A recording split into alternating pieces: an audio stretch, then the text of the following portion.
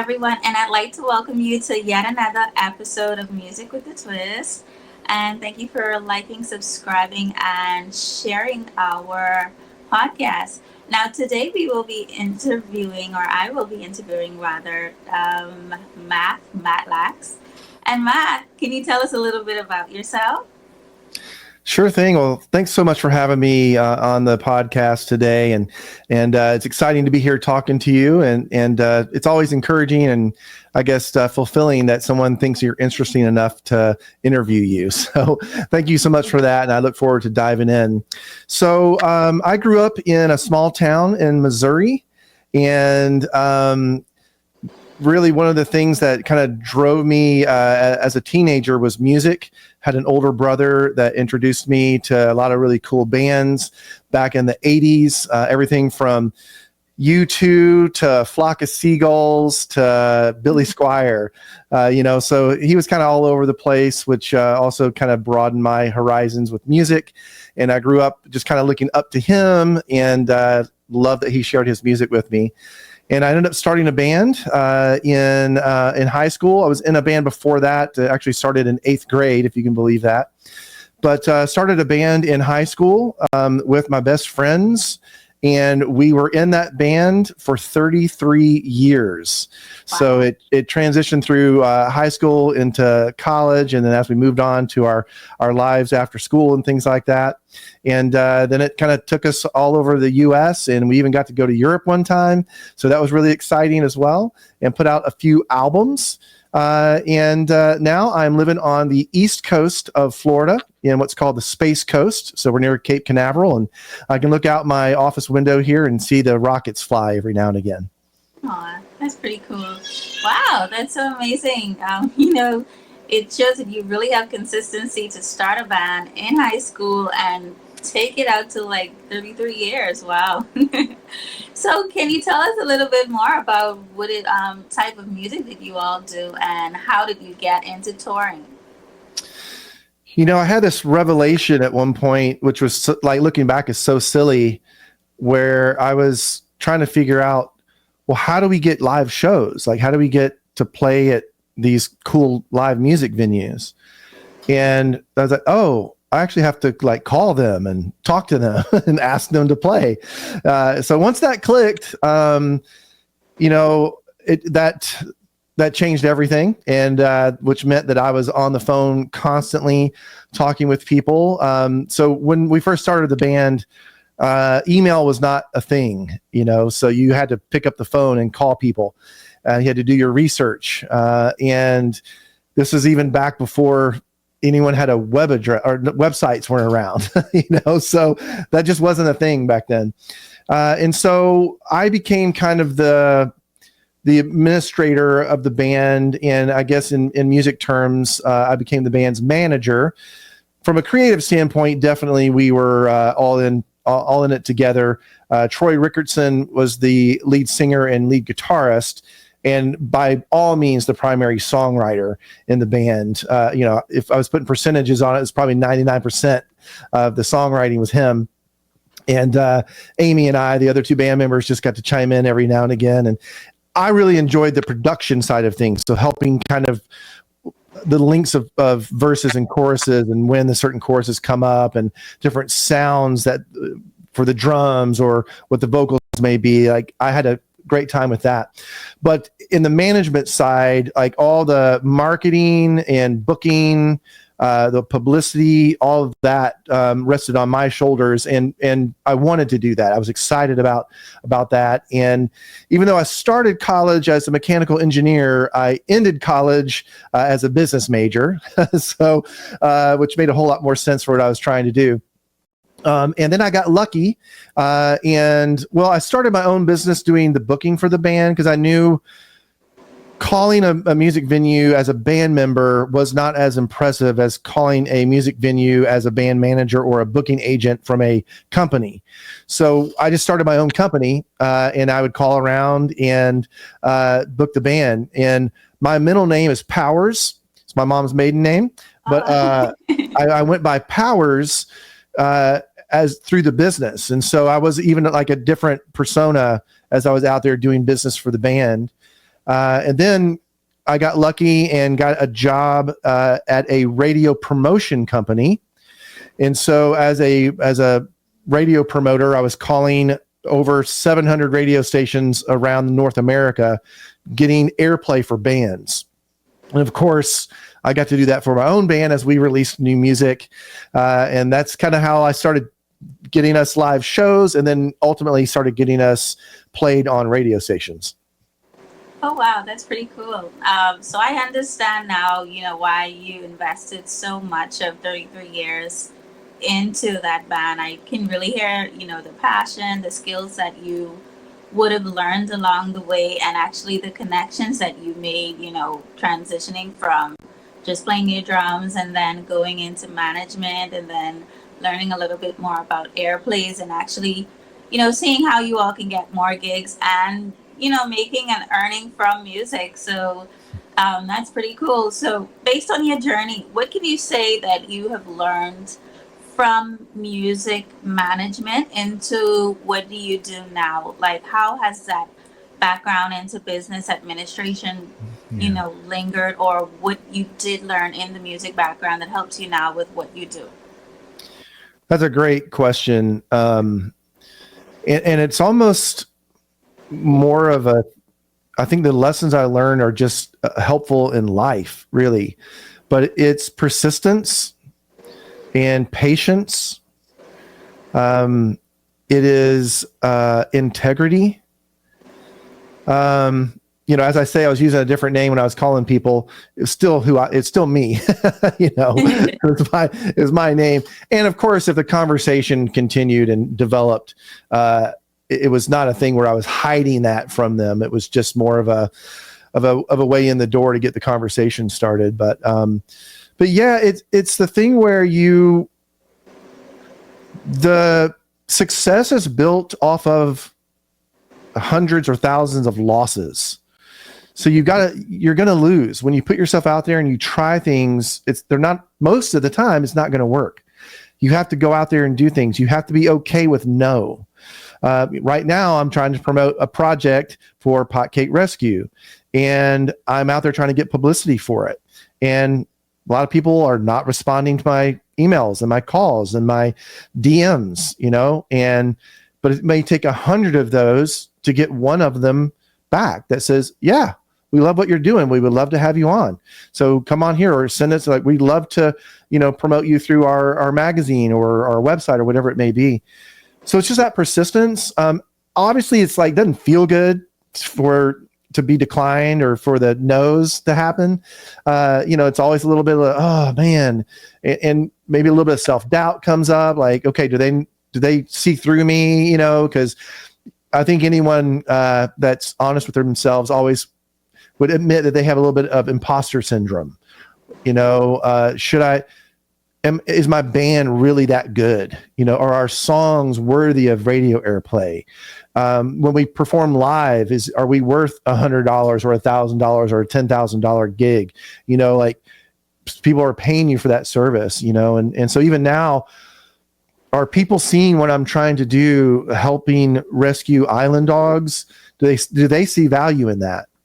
And I think at the end of the day, like, I see value in it. I'm passionate about it.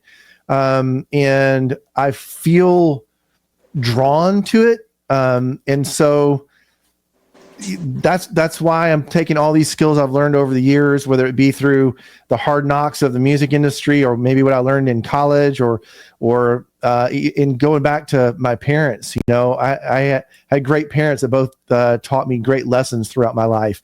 Taking all of that and learning from that and using that in what I'm doing now, and continuing to remain curious and open. Like, I want to learn from you.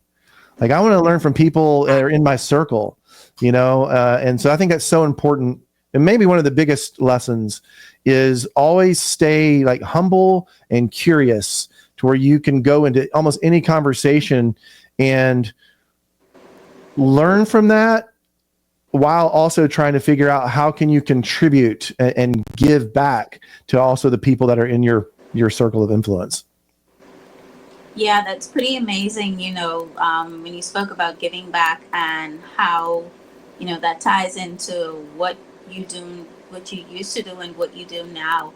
And I can pretty much understand, how you feel about pet rescue because I grew up, with my father raising dogs, and he had like this huge kennel outside, and we would be raising like about 11 to 15 puppies, and we would have to take care of them from they were like itty bitty to when it was time to actually give them to their owners. So it was always an amazing experience for me, and it has helped me in many areas of my life with knowing how to process things and you know understand the nature of dogs in itself. And I know you moving from the stage into the pet world, like, there's such a beautiful pivot. How did it all come about? Well, growing up in Missouri, we didn't have an ocean and we didn't have mountains. There's a lot of really cool stuff there. Like some of the parks and the trails in Missouri are just gorgeous. The Ozark Mountains, they're hills, but it's gorgeous. The creeks and streams and rivers that we have are fantastic there. But I was always drawn to the ocean. And my wife and I were both that way. She grew up on a farm in the Ozarks, or a ranch, basically. But we loved the ocean. And anytime we would go on vacation, we would try to hit somewhere where there was a beach or something like that. And one of the things we noticed when we would go to other countries is we would see stray dogs. And it always had an impact on us. She grew up, like I said, on a ranch with animals, all kinds of dogs and cats and chickens and horses and cows and all that stuff, goats. And so she was always drawn to animals and just loved animals. Big passion of hers. I grew up with like a family dog and things like that. And when I got into right after college, I got my first dog, and so I've always been an animal lover. And when we were on vacation and we would see this, it had an impact on us. And really, we just decided, okay, is there something we can do? So we started looking into it and found some SPCAs and donated to some SPCAs, and then we found ourselves on Providenciales in the Turks and Caicos Islands in 2015, I believe. I'm horrible with dates. 10 years ago. Wow. And we started seeing packs of dogs. And so we wanted to do something about it, and we found the local SPCA and talked to them. And of course, they were fully aware of everything going on. And we said, well, what can we do to help? We want to donate some money to you guys, but we want to do more. Is there something we can do while we're here? Like, can we feed them or whatever? And of course they said, yeah, be careful. And so we went to the store, bought a big old 40-pound bag of dog food and got some jugs of water and got those little aluminum baking pans, and went around and found the packs of dogs and just left some food and water for them. And we found this poor little dog on the side of the road. It was mid-afternoon, so still blazing hot sun. He was laying on the side of the gravel road, baking there. And he looked, was he alive or not? We really couldn't tell. So he just really caught our attention.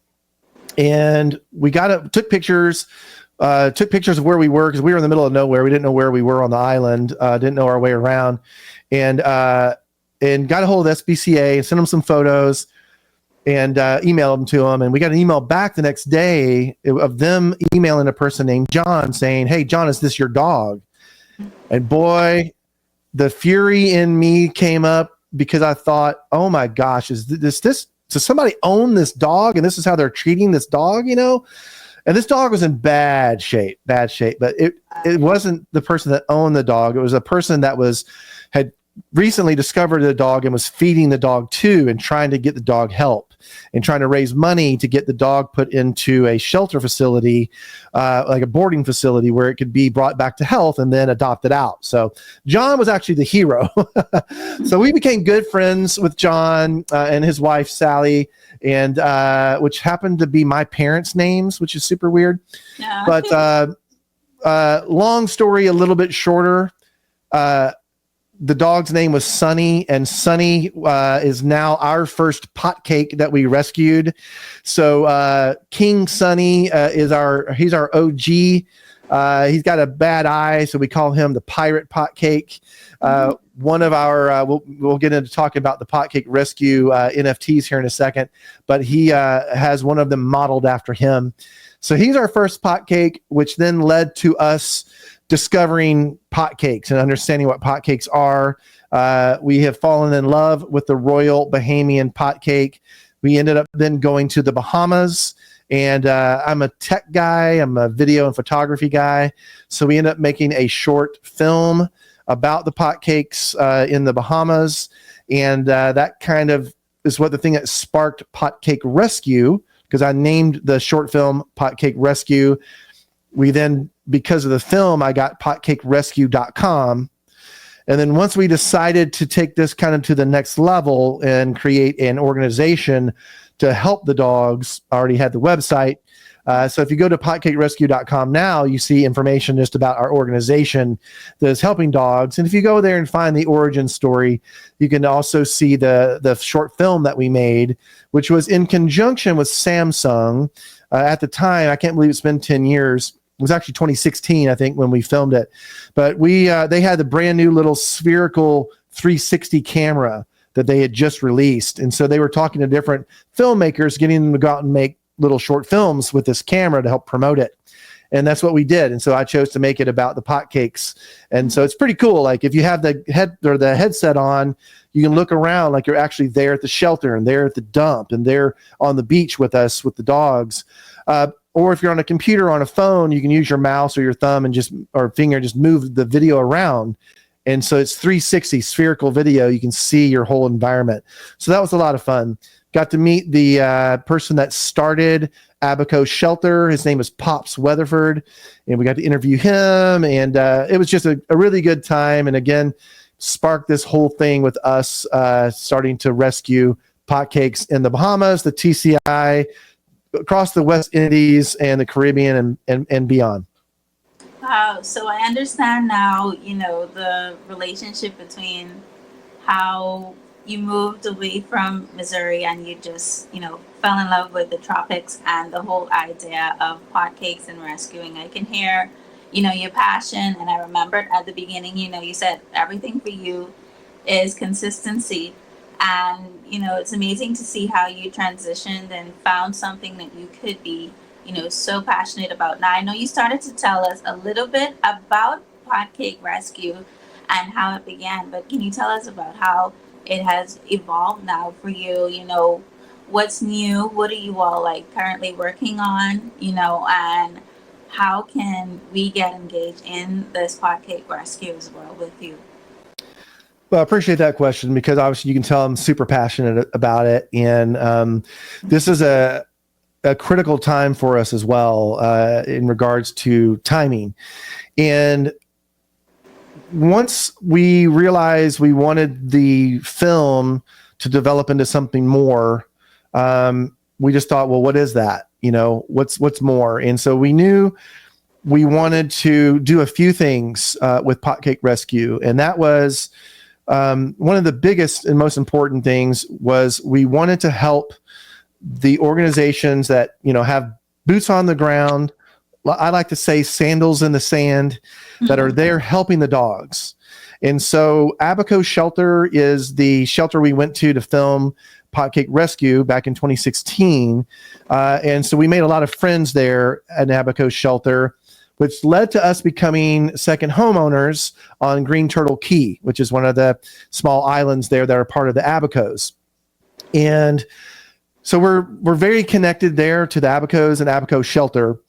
But like anything, Abaco Shelter can't operate in an isolated environment. They have to network with other people. And so people that aren't necessarily like immediate volunteers of Abaco Shelter, but they're also there in the Abacos, are networking with Abaco Shelter to help the dogs. So you just have a couple other smaller organizations and then just individuals that want to help. That looks like just identifying dogs in need, letting the shelter know about that. That includes being foster homes. So they may just find dogs and bring them in themselves and rescue them. They may help foster dogs that Abaco shelter has. And then it's transporting them, getting them from the Bahamas to somewhere else. There's a limited number of people there in the Abacos that can foster or adopt the dogs. And so a lot of the dogs get brought over to the United States. And so we have people that bring them over on boats, or we have private pilots. Mainly it's private pilots that are bringing the dogs over on airplanes. If they're small enough, they can come over as a carry-on on American Airlines or Delta Airlines or whatever. There's a big hiccup with that right now because in the U.S., the disease center, there's a new regulation in the U.S. that's keeping dogs from being brought over that are under 6 months old. Most pot cakes that are 6 months old or older are too big to be in a little carry-on container that goes underneath the seat. So that's become a big problem as well. And so we just thought, let's support them. So let's raise money to help them, because money is always a big thing. Like, how do they pay for food and medicine and the transport and all of that? And so we developed a line of t-shirts like I have on right now. We have a few designs of t-shirts. We have plushies. We have dog chew toys. We have dog collars. And this month we're going to be releasing our first dog supplement. Of course, those proceeds all go back to helping the dogs. So funding the efforts is a big thing. But then marketing what their needs to our community is the second kind of pillar of what we're doing. So they're bringing in new dogs. These new dogs, of course, we're letting people know, hey, new dogs are coming in. So there's a financial need to help them. But also we need foster homes. We need to get rid of a dog out of the shelter to a foster home so a new dog that needs care can come into the shelter. Or these dogs need to be adopted out. And so, hey, here's a dog that's now 6 months old. It's old enough to be brought over to the U.S. And so let's get this dog adopted out and get it over to the U.S. or maybe to a foster home in the U.S. And one of the most impactful things that we've loved to share is the before and after pictures. So when a dog comes in, we'll get pictures and or video of them, and they may have mange, and you can see ribs and the spine, or they may have other injuries. And then a month later, 2 months later, 3 months later, they've blossomed into this gorgeous, beautiful dog that's kind and sweet and loving. And you'd swear they know they've been rescued, And so then, of course, that dog is ready for a foster home or ideally to be adopted out. And then I would say our third kind of pillar is when we got to the Bahamas and into the Abacos, we just discovered a place that we loved. And one of the little things that my wife and I would talk about when we were on vacations is, okay, wouldn't it be awesome to have a place in, either move here or have a place in a location like this that we could come to. And so we've decided that the Abacos is where we want to do that. So we have bought a small piece of land on Green Turtle Key. And so the plan is to ultimately relocate there at some point. We're probably going to start with a small little rental cottage to get things up and rolling, but we're super excited about that. But all that to say that we just love the culture of the Bahamas. We love Junkanoo. Of course, the food is just to die for. And just the people, just the lovingness and the warmness and the acceptance that happens there, and hey, listen, I'm not blind to any city, town, state, country, province, whatever. Everybody has their problems, So of course the Bahamas has problems. And if I were completely truthful, the biggest thing I see right now from an outsider and what I'm involved in is lack of action from the Bahamian government in regards to the animals. There's laws that they just aren't enforcing. And if they would, it would make a world of difference, but they're not. And so that's why we have organizations like Abaco Shelter and like us that are helping kind of fill in that gap. But the culture of the Bahamas is something we didn't want to bypass in our project. And so we have a Bahamian artist out of Nassau named Stevie Burrows that created the artwork. He was the lead artist for our generative art project. Generative art meaning that he created many pieces of art that are then mixed together with a program to create various different pieces of art. So several different like hats that the dog would have on, different fur colors, different eyes for the dog, different mouths for the dog, different clothing for the dogs. And so all of those different traits are mixed together to come up with a bunch of unique dogs, or artists, or art pieces of the dogs. So there are 2,420 unique pieces of art of our pot cake NFTs, or our digital collectibles. So those different traits, of course, also bring in elements of the Bahamian culture. Dominoes is a big thing in the Bahamas, and the number 242, which is the area code of every phone number in the Bahamas, is a big thing. You see it everywhere. Businesses name put 242 in their names. Many people, their social media handles have 242 in it. So one of the slogans is what 242 to the world. So it's a big thing. We have a necklace that is 2 dominoes. Well, the first number on the first domino is 2, it's 0 and 2. And then the second domino has 4 and 2 on it. So 242. One of our dogs has a big, cool gold chain, and it's a 242 medallion on it, So we love that. But then just other things that we're bringing in, whether it be different just color schemes of the Bahamas. We have a sailor cap. We got a dive suit. We have just various things. The Bahamian athletes are doing amazing things out there in a lot of various sports. Track and swimming, I think, are 2 really big ones. So we have an athlete pot cake that is one of our things that has like a jersey on with the Bahamian colors. So we're just trying to do as much as we can with Bahamian culture. And one of those is, if you mint one of our pot cake pieces of art, one of our digital collectibles, you're going to get a second NFT for free. And these second NFTs are pieces of art, so paintings or photographs from other Bahamian artists that we're networking with. So we have a lot of just brilliant artists from the Bahamas that are collaborating with us. So we're super excited to be sharing their artwork out there. And I am just curious, do you know anything about any of the artists that we're sharing the artwork from? Oh wow, that's a really good question. No, it would really be nice to know about the artists as well. Well, we have this really amazing artist. Her last name is Pinder, and first name is Lindira. And she has graciously allowed us to use one of her pieces of art. And I should say, and maybe this is not part of the recording, I have never heard you say your name before, I don't think. Did I pronounce your name correctly just then? Yes, you pronounced it correctly. Yeah. Okay. I want to be sensitive to that. With a last name like Matlack and a TV show like Matlock, a lot of people say my last name Matlock.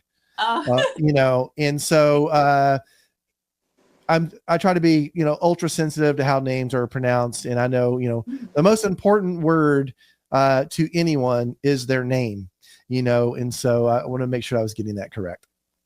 Oh, well, thank you for that. Yes, you pronounced it correctly.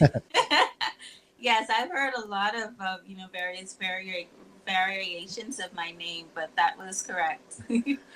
Well, we have the world-renowned artist Alton Lowe is part of our project, and he has paintings on over 100 Bahamian postage stamps. Oh wow! Okay. His paintings are in the royal collection. So one was presented to Princess Diana. One Okay. was presented to Queen Elizabeth back in the day, so obviously, a very well-known artist. And then also the photographer, Derek Smith. Um, he has just captured the history of the Bahamas. It's so amazing. And this is a little bit of alpha that I'm sharing here for the first time. But the photograph that he is allowing us to use is of Bob Marley when he first, the only live show Bob Marley ever did in the Bahamas was in, I believe, 1977 during Wow. the Survivor tour. And he was there on site capturing that event. And so he's letting us use one of these photos of Bob Marley back in the day, and that's super exciting for us. Yeah, I'm a very big, like, huge fan of Bob Marley myself, so that should be pretty interesting. Wow, Matt, you're, like, a lot. I thought it was just the touring and then the pod cake rescue, and it's so good to hear, as well, that you're a creative director as well, managing artist as well. So that's pretty amazing. And I like how, even though you moved away from the tour management, you still found ways to incorporate and, still tour, but you're doing something else. You're bringing about another project. It's not so much about airplays but anymore, but it's, lending a hand and helping out and giving back to a community, a culture, actually. And that's so amazing, as an American citizen. um, I was really interested in the fact that you took on another culture, you adopted another culture, and it's so amazing to see that. I know that you're introducing the Potcake NFT, as you spoke about, on July 10th, which is the Bahamian Independence Day. So you all can look forward to that. I'm going to place the link as I release this.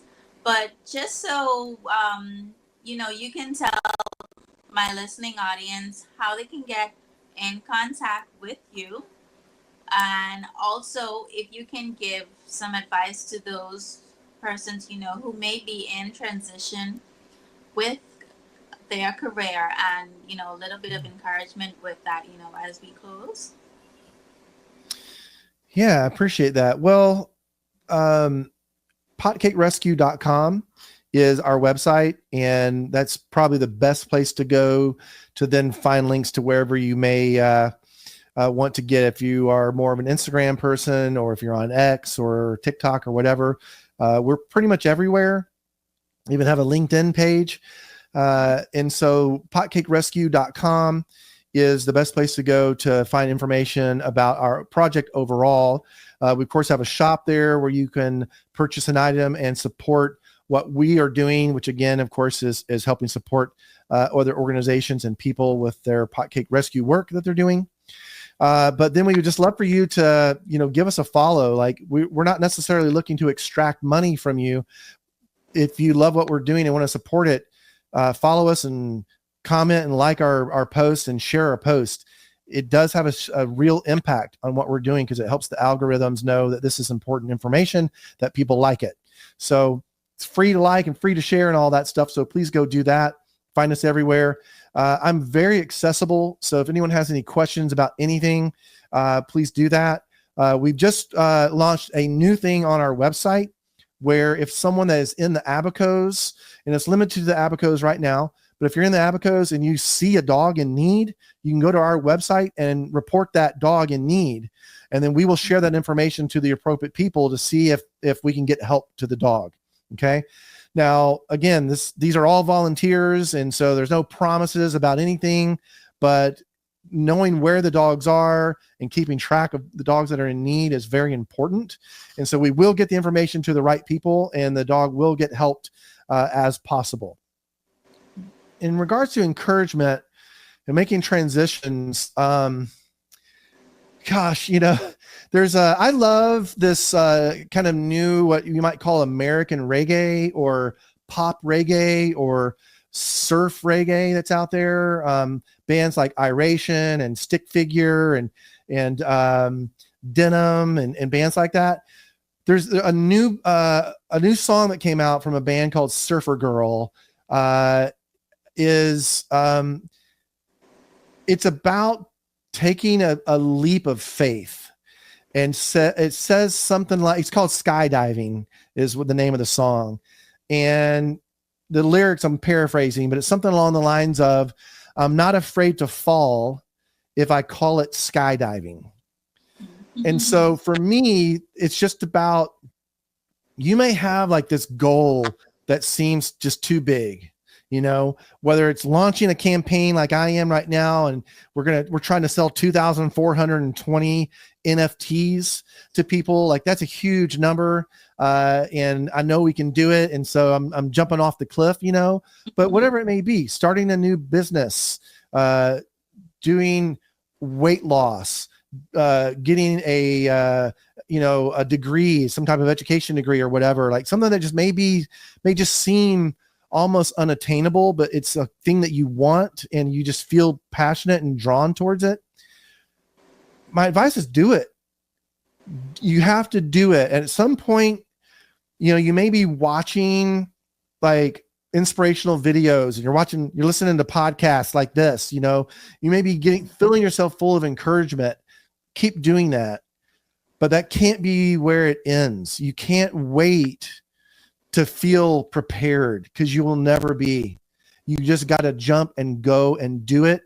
And you're going to make mistakes. That's expected. Learn from those mistakes.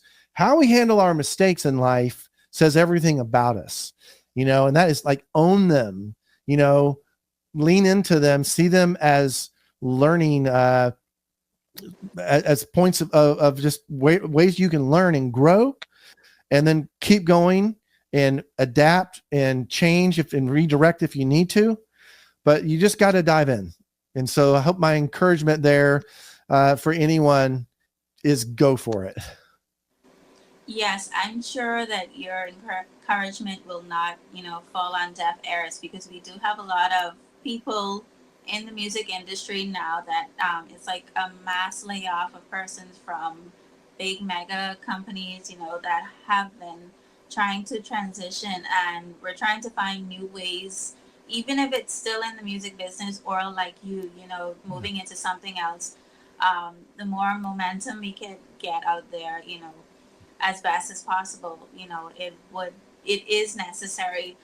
And Matt, I'd like to thank you so much for your contribution. And I do know that our listening audience, was fully intrigued like myself. Even if you are a music executive, you're a dog lover like yourself and myself as well, or even if you're, a contributor to a cause. And I heard that, from the beginning and end of my session with you. And I'd like to thank you once again.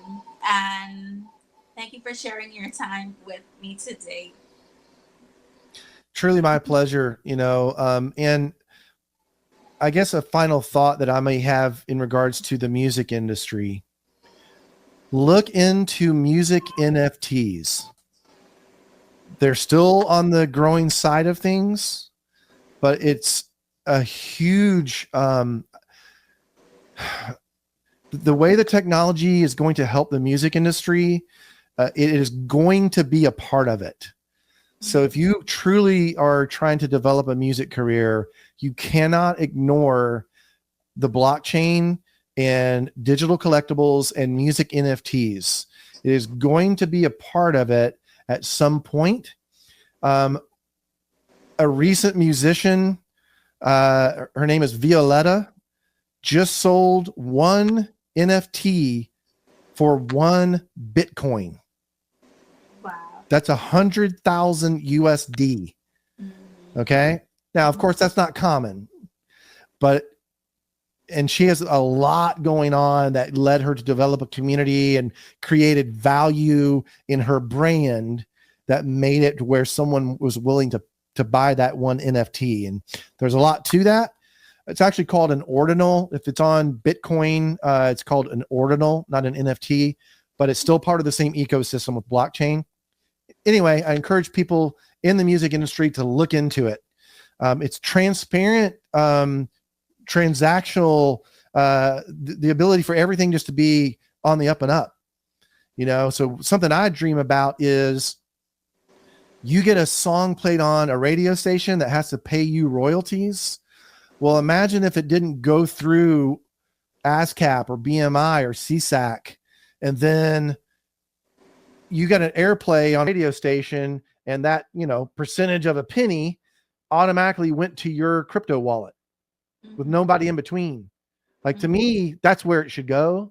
That's the brilliance of it. And I think we can get there. I mean, we're years off from that level of connectivity, but it's huge right now. And it's a way to develop a community. It's like, it's a way you can kind of create, think of it as like Patreon or something like that. It's like a way to have a gated community through Discord or other ways to develop that and just give something more to people. So yesterday on Friday at 4 p.m. Eastern, I went into Discord and watched Violetta perform a live show for her community. She does it every single Friday at 4 p.m. through Discord, but you have to own one of her NFTs to get Mm-hmm. into the show, So it's kind of a cool thing like that. Anyway, look into music NFTs. Oh wow, that's really cool. I didn't know that there were things out there like that. I'm familiar with music and NFTs, but not so much of it being at that range now. Yeah, so thank you so much for sharing that with us, Matt. And you have an awesome and wonderful day. Thank you so much for having me. Yes, take care.